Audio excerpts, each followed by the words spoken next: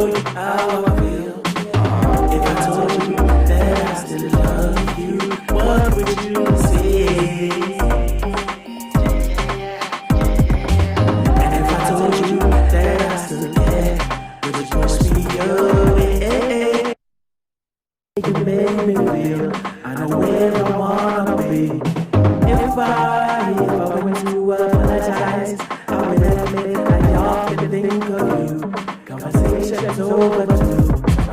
If I told you that I still love you, what would you say? And if I told you that I still care, would you push me away? There's just something about you. Oh, something about you. There's just something about you. Oh, something about you. I smile every time I hear your name. Got me thinking about the possibility of a future, you and me. And I'm hoping that you feel the same way. With my heart upon my sleeve to show you how I feel. If I told you.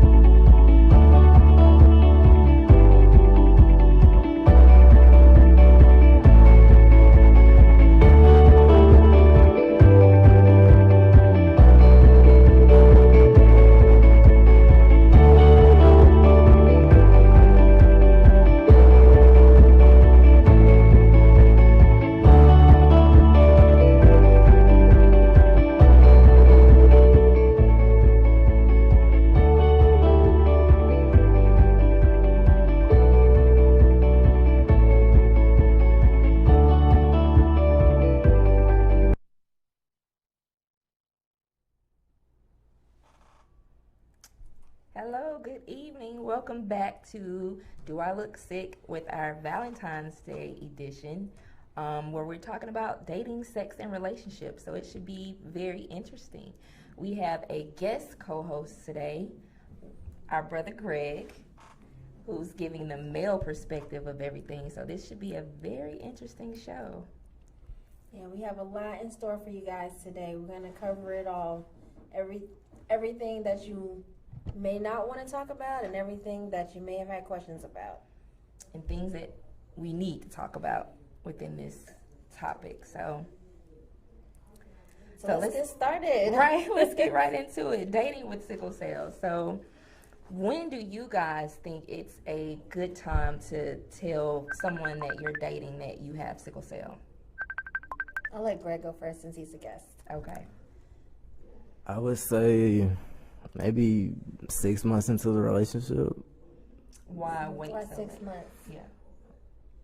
I need to make sure it's worth it. Like, I don't want to be talking to somebody like 2 months and then y'all stop talking. So, are you here for the long haul or not? Yeah, and I think with me, I'm a little different. I kind of want to tell them up front. Maybe not on the first conversation, but in the first few conversations or encounters. And for me, that's to save time and emotions. I don't want to be invested. Yeah, be invested in really liking them, and I'm like, hey, this is what's going on with me, and they're looking at me crazy and can't deal with it. Let me know up front so we can save both of our time. So that's my perspective. Well, I don't actually have like a timeline like 6 months or 3 months or whatever, but I am like Greg. I don't tell up front. I have to see if it's worth it, if I really like you and what I like you for. Like, it may end up that I only like you as a friend or I only like you as an associate. So in that case, you don't need to know my personal business. Yeah. So if I see a future with you, then I'm like, okay, now I have to tell. So sometimes that could be 3 months, sometimes it could be 6 months, and sometimes it could be never. That's funny. And I guess the pros and cons with that, well, for me, even if I tell them up front, if you decide you can't deal with it, thank you. You're the weakest link. Goodbye. That's cool. Yeah. That's fine. And let's just get that out of the way now. Like I said, versus opposed of our feelings getting invested and they're like, oh, I can't deal with it. So that's my way of dealing with it and why I say something so early. And now that I'm in the advocacy, that question seems to come up of, well, how are you so invested, or what makes you so close to it, or do you have it? They'll just come out and ask. It does come up a little bit more often now because I'm constantly speaking about it. Yeah. So, but I might just be like, it's just near and dear to my heart and still not really say anything until I feel you out. But I guess there's pros and cons both ways. Like, if you tell them up front and they can't deal with it, you've saved yourself a lot of time. But if you wait and then they can't deal with it still, and now you've invested all this time and energy and you really like this person, and you find out that they're not ready for the type of relationship that you need or that you want, then you're sad by that. Now, have you guys ever dealt with a person who decided not to deal with you, knowing now that you told them that you have sickle cell? Yeah, that has happened to me. My feelings were hurt at first, but at the end of the day, I was just kind of like, well, I guess it saved us both time and effort. So it didn't, it's more efficient to see. That's how I look at it. Right. Exactly. I've never been in a position where someone has decided not to be with me afterwards, but I have been in the situation where I've been upfront about it. We've been together for a while, and then like a crisis comes, and they're like, "Oh, wait a minute, I didn't know it was like this," and then they can't handle it at that point. So that, I think, was more disappointing than me telling them up front and them saying, that they couldn't deal with it then. Yeah. But like, this is the situation. I've explained it to you. And you don't really know until you know. Like, you don't know until you go through your first crisis with somebody what, if you can handle it or not. Right. And that's, I think, one of the things that scare me is if something happens and they're like, whoa, I didn't realize it was like this. So I kind of want to have that conversation in the beginning. So now, do you think that people with the disease or the trait should date each other? No. No. I don't think so. No. Well, let me amend that. So, okay, no, I don't think if you're in the childbearing age, I don't think that you should date unless you plan on adopting or something like that. I don't think that people should date if they plan on having kids with each other. I agree with that. And I think for me personally, it's a lot for me to deal with, and it's a lot for my family to deal with. So having that other person with sickle cell, I think it's adding more pressure onto both of our families. Yeah. And I personally don't want to do that to either of our families. So that's also my perspective with it. And then I think about like what my needs are as someone who lives with sickle cell, and then I wonder, am I able to give someone the same type of things that I expect?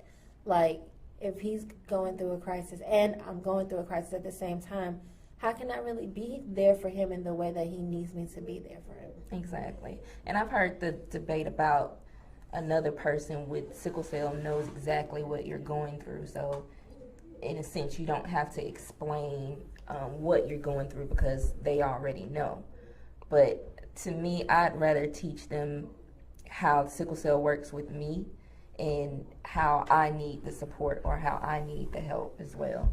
I'm more open to dating someone with the trait now that we're the kids may not come, so I'm okay with dating someone with the trait because they don't have the problems that we have, of course. Right. And they still have a little bit more education, hopefully, about the trait, disease, or what have you. So I'm open to dating someone with the trait, but we'd adopt if we want kids. Yeah. What do you think, Greg?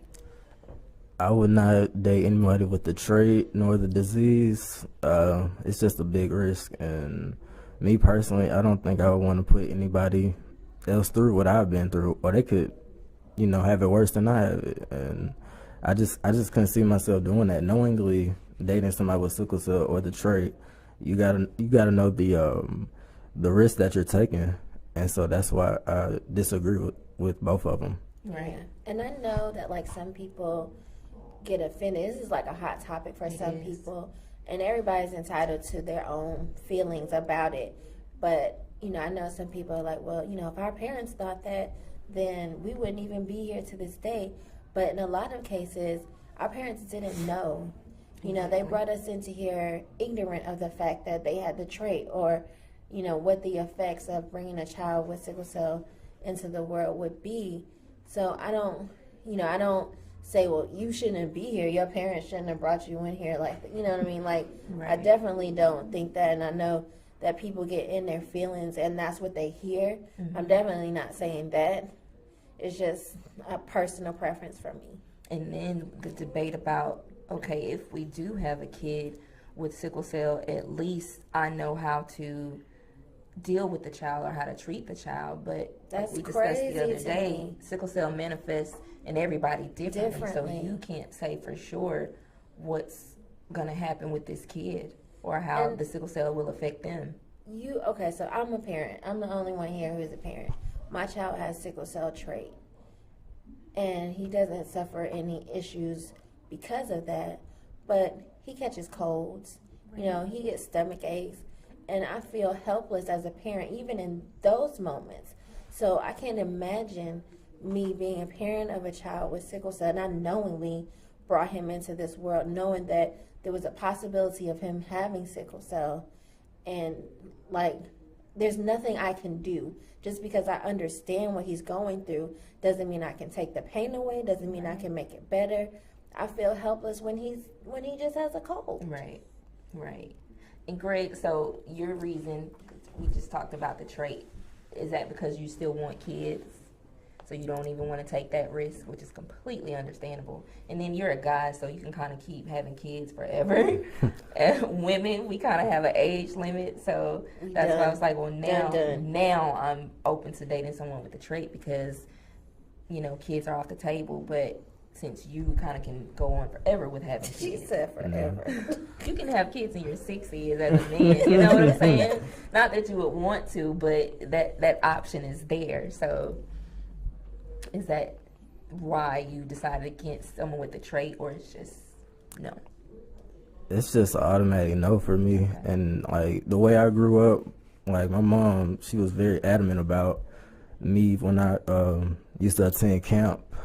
She was just like, I don't want no sickle cell babies. And I was like, okay. And then, I was younger, so I didn't really understand. But as I got older, then I started to see people with it, and I started seeing the struggles that they're going through, and they can't really get through normal everyday life. So I wouldn't dare put myself or my child in that predicament, or my family. So that's why I'm against it. I get it. That's completely understandable. Yeah. So once you're in the relationship, how soon do you ask your partner to go get tested? Like, is that before y'all become exclusive or official, or like when do like if they don't know their status already? Yeah. If we're in a relationship, by chance, we probably have already talked about it. But I think when it comes down to when we begin a sexual relationship, that's when that conversation comes about, because there's a risk anytime you lay down with somebody. So I think that conversation should be had as soon as possible. But like, I feel like yourself and your partner, so if they want to have kids, then that's, if y'all working towards that goal or something, then y'all should discuss the possibilities of if she has the trait, or vice versa if the male has the trait. So that's my take on that. Well, since I'm no longer having any more kids, I may not bring that up. Like, I may not be like, you need to be tested. It would be good to know, but it's not necessarily like a hard line for me, right? Because I'm not having kids anymore.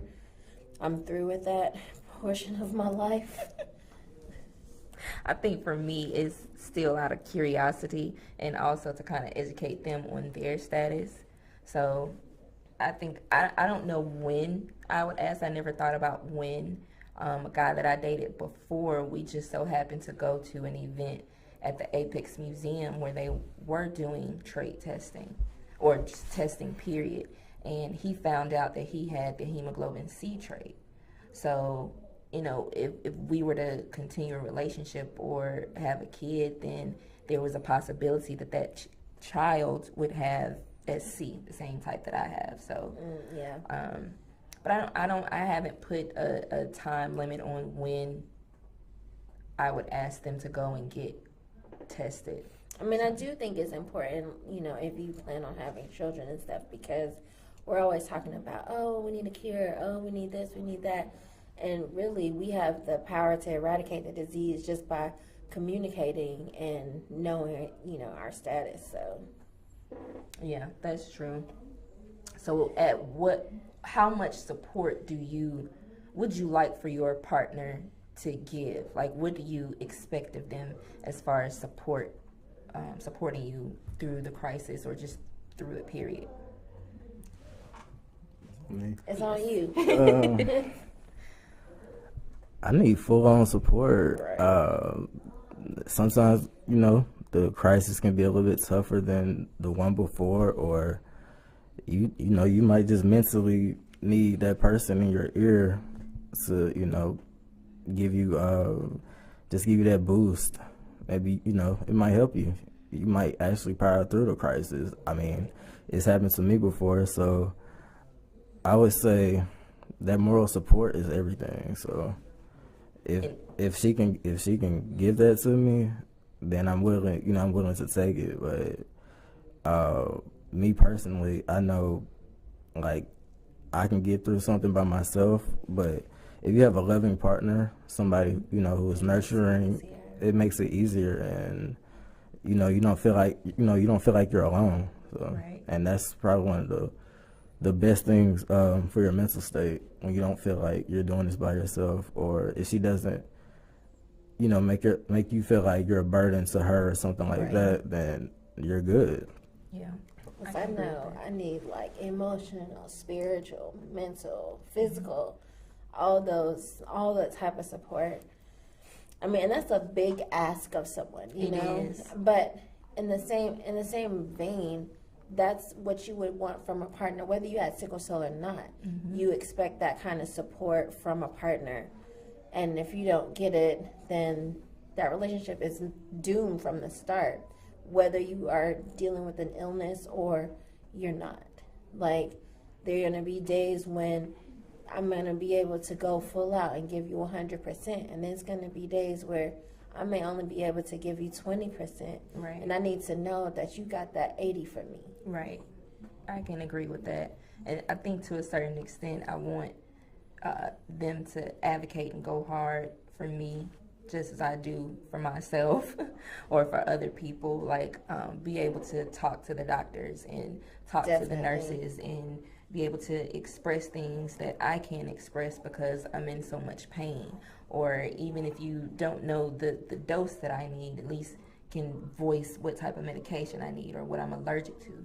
Be able to speak for me when I can't speak for myself. Right. Or even just crawl up in the bed with me until the nurse come and kick you out or whatever, Right. But having that support is extremely important. I say all the time that it takes a team of people to fight this disease. And if you're with a partner who doesn't understand the disease, maybe not understand it to the T, especially if you're the first person that they know with it, but if they're open to learning about the disease and learning how best to support you, it can't do anything but help your healing, help Right. that healing process. So that's extremely important to have your partner along with that. I've heard stories where people are still alone even with their significant other, Right. or they blame them for always getting sick, or every time we go somewhere you're hurting, or this, that, and the other. that does nothing but add to what we're already going through. So a lot of us feel already burdensome to our family, our loved ones. So if you're in a situation, in a relationship where someone is even, compounding that feeling of you being a burden, that's unhealthy. That's unhealthy, mentally and emotionally, and it's not a situation that you want to be in, because that becomes a trigger. Right. I call it a health hazard. Toxic people, I don't care who they are, if it's a significant other, if it's a sibling, it doesn't matter. Toxic people are a health hazard to us. And at the end of the day, when that health hazard is there, and even negativity, it doesn't have to be anything physical, but that toxicity just adds to the detriment of this disease, the worst parts of this disease. I remember in a relationship once, the guy told me, I can't ever be sick because you're always sick. And I was like, dang, like, am I acting, am I making it like I don't care what he's going through? And then I had to like reevaluate myself, like, am I making everything about me? Is it always about me?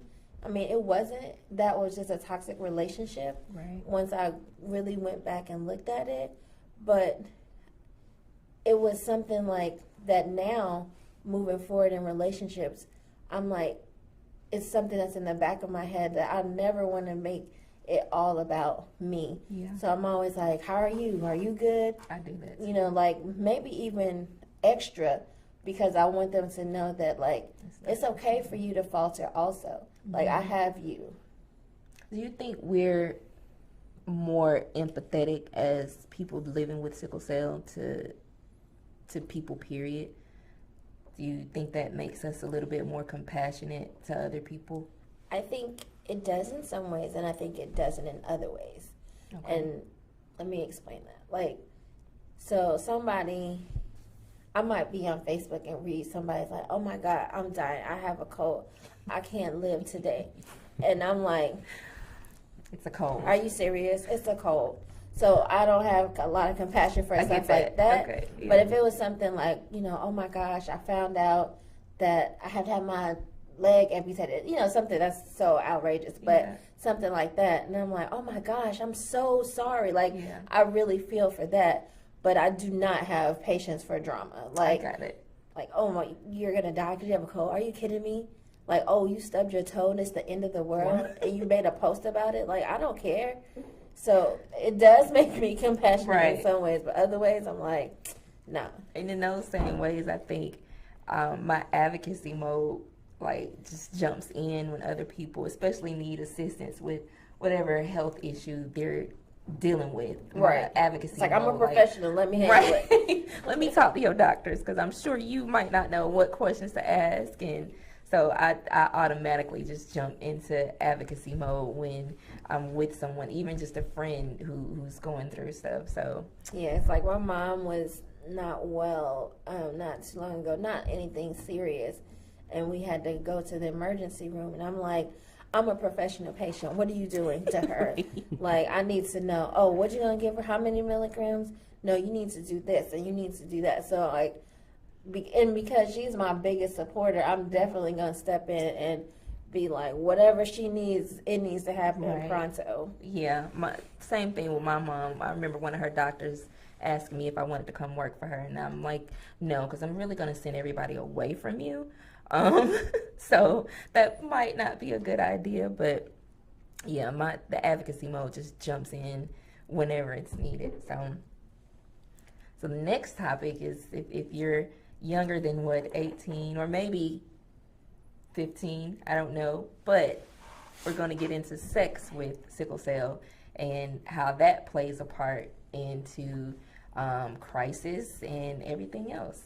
So had you heard of or had experiences where sex has caused a pain crisis? Yes. Crickets. Crickets. So I have heard of that. Okay. I don't think that is really far-fetched, because hydration, overexertion, You know, all those things are triggers for crises. So, I mean, everything we do in some kind of way, there's a possibility of triggering a crisis if you're overextending yourself a little bit. So, yeah, I have heard of that. Okay. What about you, Greg? Me personally, I've heard of it, but it hasn't happened to me. I really just think it goes along with just like your daily life, the way you wake up, like what do you put into your body, like are you exercising, do you take your medicine like you're supposed to? All of those can contribute to abnormal everyday function. So I think it really starts with you. So I would say, you know, if you're not putting in the work, if you're not, you know, doing the necessities, then it's it's probably gonna happen 9 times out of 10. So, but me personally, I've never had a crisis during sexual intercourse ever. I'm not gonna wood on that. So Yeah, do that. I think this table is wood. It's happened to me once, and I've heard one of my friends say that it happened actually during sex, and they had to stop, take medication, and then get back in the game. But Tag like, me in, coach.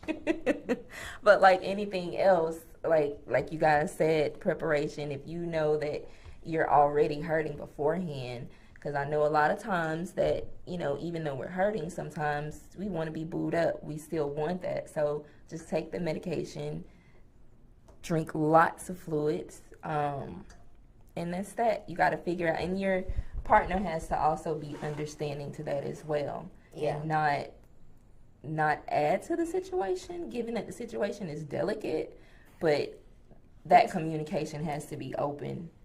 And I think, like, people who deal with AVN, though, Right. I think they probably have to be real creative, Yeah. to say the least.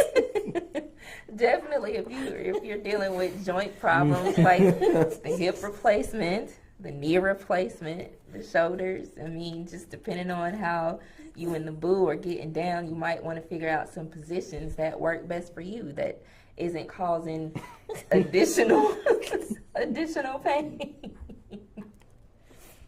Hey. So, but I think that's important. It is important because honestly, you want to live like, you Like know, a normal person. Yes, because we are normal, quote unquote, normal I'm not person. normal, and I'm okay not being normal. Well, I'm we're just completely weird, okay. but that is our normal. So, you know, you want to engage in the stuff that everybody does. You just have to find your workaround. As with anything, Right. find your workaround. But yeah, I wouldn't want you guys to think that sex is not a trigger, because I've had people ask me that before.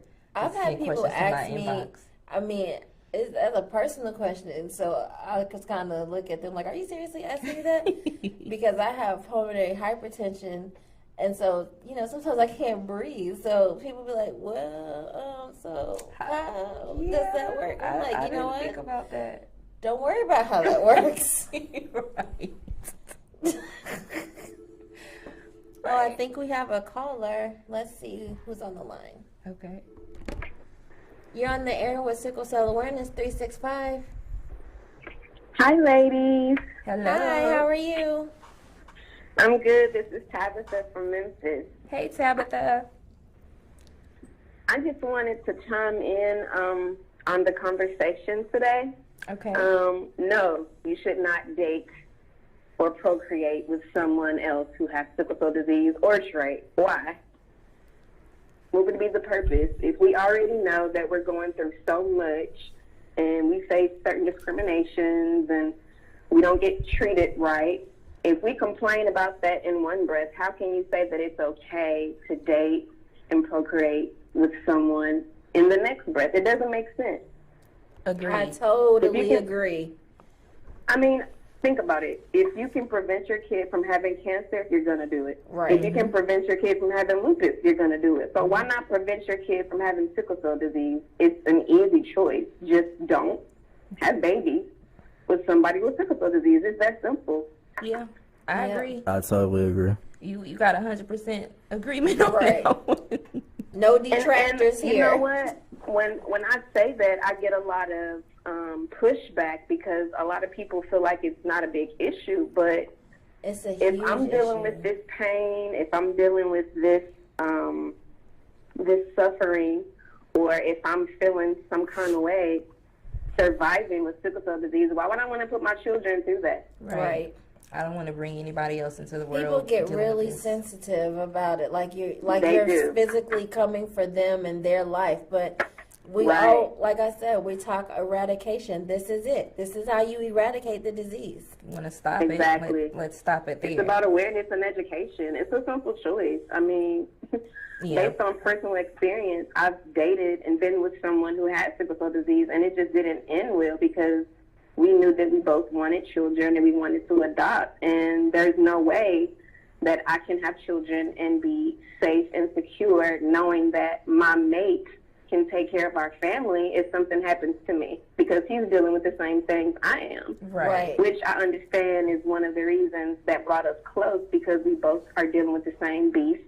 We speak the same language. There's a comfort there. There's an open and understanding there. But at the same time, if I get sick and you get sick, who's going to take care of the kids? Exactly. Right, exactly. So let me ask you something, Tabitha, because you said you wouldn't date anyone with the trait as well.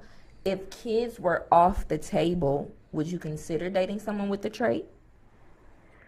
I probably wouldn't do it unless the circumstances were so phenomenal and this man proved to me that he could handle business if something did happen. I just couldn't do it. Personally, it's a no for me. I'm sorry, sis, no. Okay. It's okay. You gotta be sorry. Right. No, Okay. Fab can't do it. Cool Mm-mm. beans. Well, thank you. Do you have anything to add to the sex with sickle cell? Any extra tips besides hydrating, pre-medicating, finding a position, Okay. whatever? So for me personally, and I hate to say personally, but I'm giving y'all my spiel. Okay. I have had a crisis and pain during and after sex, so I really have to be particular about what I'm doing and hydrate before. And if I know I'm already in pain, I'm gonna be like, "Hey, boo, what had happened was we can't really set this down the way we want it, so let's reschedule." And if he's understanding, and typically they are, Yeah. he'll Yeah. wait. I mean, if you're being pushed to do something that you really don't want to do and you're already dealing with a chronic disease, you don't need that in your life anyway. You're right. I can completely agree with that. We are Awesome. all on the same page here. Thank you so much for calling and giving us your opinion. No problem. You guys are doing so awesome. I just wanted to let you know that. Thank Thank you. you. Thank you. I did it. Awesome. So yeah, that was pretty good. I completely agree with her.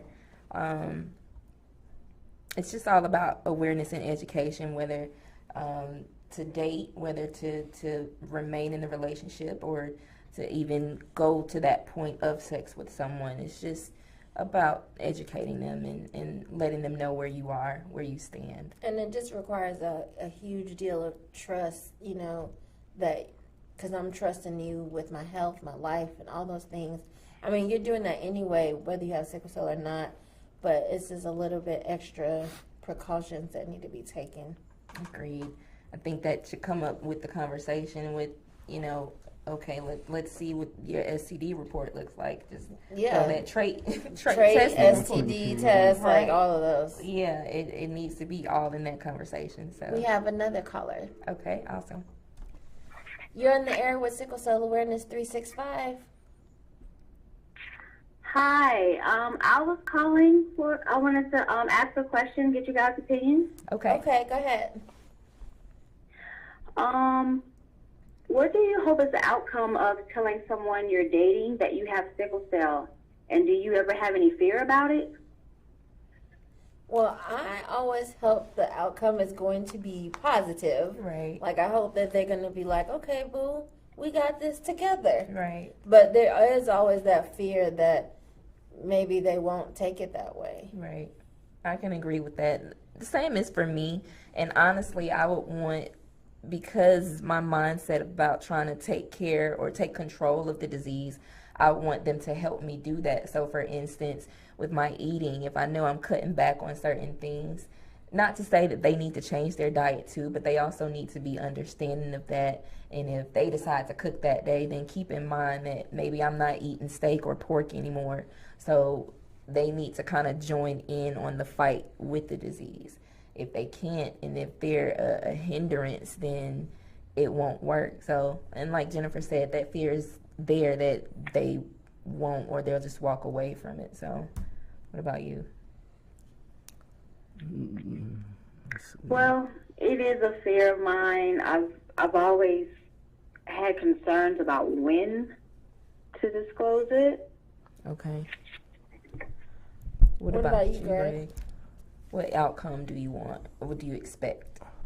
I would expect them to be understanding, show a little bit of empathy, but I wouldn't want anybody to, I guess you could say, feel sorry for me.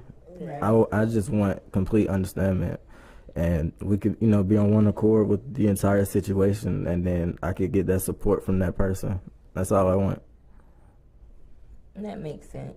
Well, that was a really good question. It was. Thank you for calling. Thank you for calling. We appreciate you watching. Thank you. I really love the show. Thank you. Keep it going. Keep it going. Thank you. Thank you. Thank you. All right. Have a good day. You too. So another topic sometimes with, and this kind of ties into everything, with having crisis induced by menstruation, as well as one of the questions I think we had about priapism. Oh, wait, hold on. There's another caller. Okay. You're on the air with Sickle Cell Awareness 365. Hi, guys. Hey, how are you? This is Taylor. I am good. So, I have a question for Greg. Is he in? Yes. He's here. Hey, Greg. So, being a male with sickle cell, I don't know about priapism. So, how do you deal with that if it happens to you? It's a delicate situation, but it's almost like any other crisis. You have to hydrate constantly. Sometimes maybe like showers work. Just trying to relax. Like I said, it's almost like any other crisis, but it's a lot more. It's a lot more delicate, and a lot more goes into it than just okay. I'm gonna sit down and watch TV or something like that. Like you gotta, like I said, you gotta hydrate extra hard when something like this occurs. Pun intended. So if you don't have, okay, let's say you took the medicine and the medicine don't work for priapism. Okay. Then what? You would hope that you don't have to go to the hospital, because when you do have to go to the hospital, it's not gonna be fun. You're gonna have to. They're gonna get a needle, and they're gonna insert that into your penis, and you're gonna have to extract the blood, and that just sounds painful. So It sounds painful. I don't even have a penis. Yeah. So me and Taylor spoke earlier, and one of her questions was if you've had sex through the priapism. Yeah, have you ever had to do that? Yeah. Does that work? Yeah, I have, and no, it does not work. It makes it worse, actually. Wow. I was like, maybe this will work, and it was a fail. I just ended up was like, you know what? I just need to go to sleep. I can't deal. So, wow. Yeah, it was. It wasn't the smartest decision, but during that moment, you don't really know exactly what to do, and all your common sense goes out the window. So you just try any and everything. It's interesting. And that was a good question, Taylor. That was a good question. Well, thank you for that information. You're welcome. You are welcome. Thanks for calling. Of course. You have a good one. You too. Yeah. Another thing that we spoke about earlier is I've heard where women have, I don't even know the proper term for it, but it's like priapism, but it's with the clitoris. I have heard that. I've heard of it. Thank Very goodness. like small circumstances. Like I've not heard it like widespread. Me neither. I haven't really heard of many people dealing with that. I'm pray to God that's not one of my experiences, but apparently, well, anywhere that blood can flow, it's likely. I've had one in my butt before. I've had a crisis in my butt before, so anywhere that blood can flow is likely to have a crisis. So yeah, anything you guys want to add about sex, dating, and relationships with sickle cell? I think we covered a lot of things. Mostly just prepare yourself for everything you do. Hydration is always key. And honesty and communication and relationships is key also. And, just keep those lines of communication open with your partner and don't hide from them. Like once you get to the point where you have told them and you are depending on them, you want that to be like the first person that you call in a crisis situation. So if you're in a situation where your significant other is not someone who that's the first person you can call, maybe you need to reevaluate that situation. Right. And be careful of people and how they deal with it. Meaning, I dated a guy once before that would go into panic mode when I had a situation.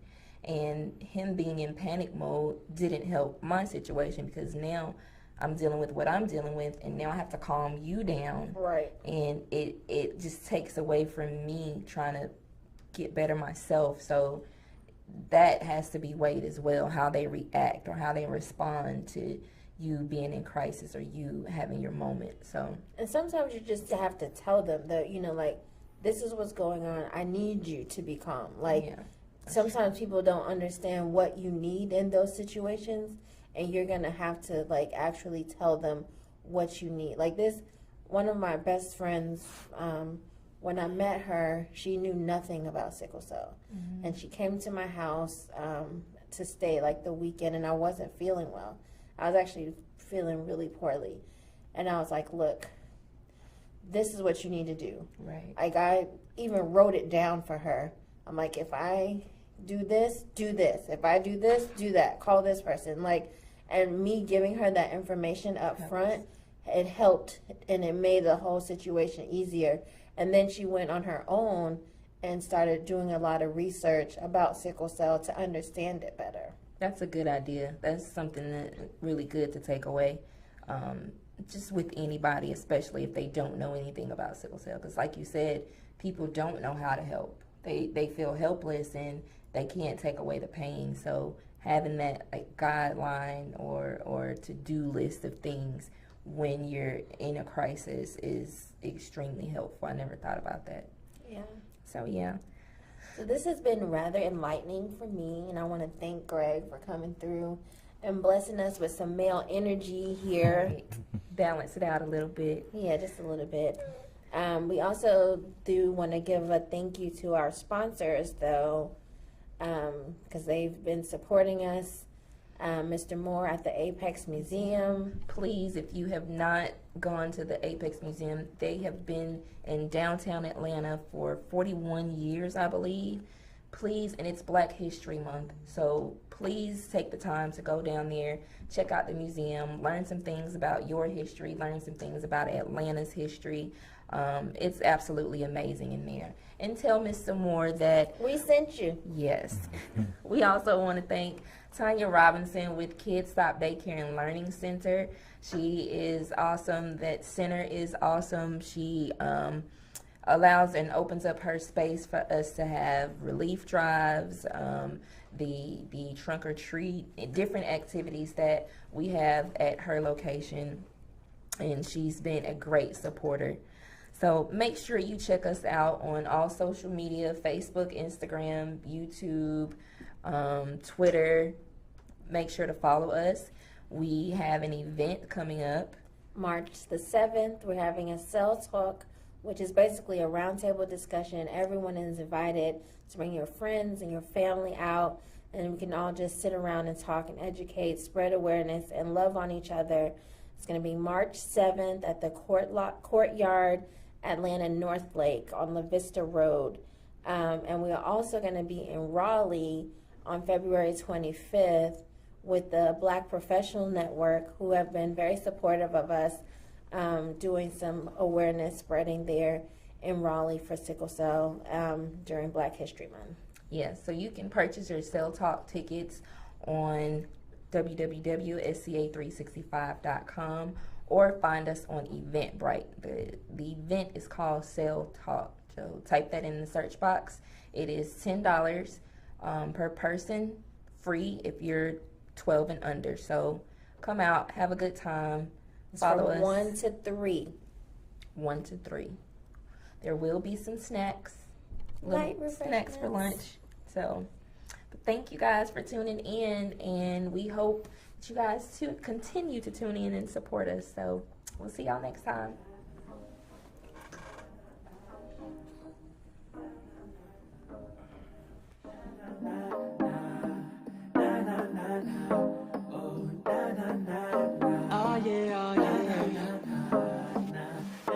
I see sunshine every time I look in your eyes, reminiscing about the way you made me feel.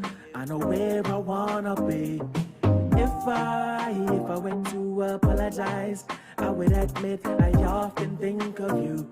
Conversations overdue. If I told you that I still love you, what would you say? If I told you that I still care, would you push me away? There's just something about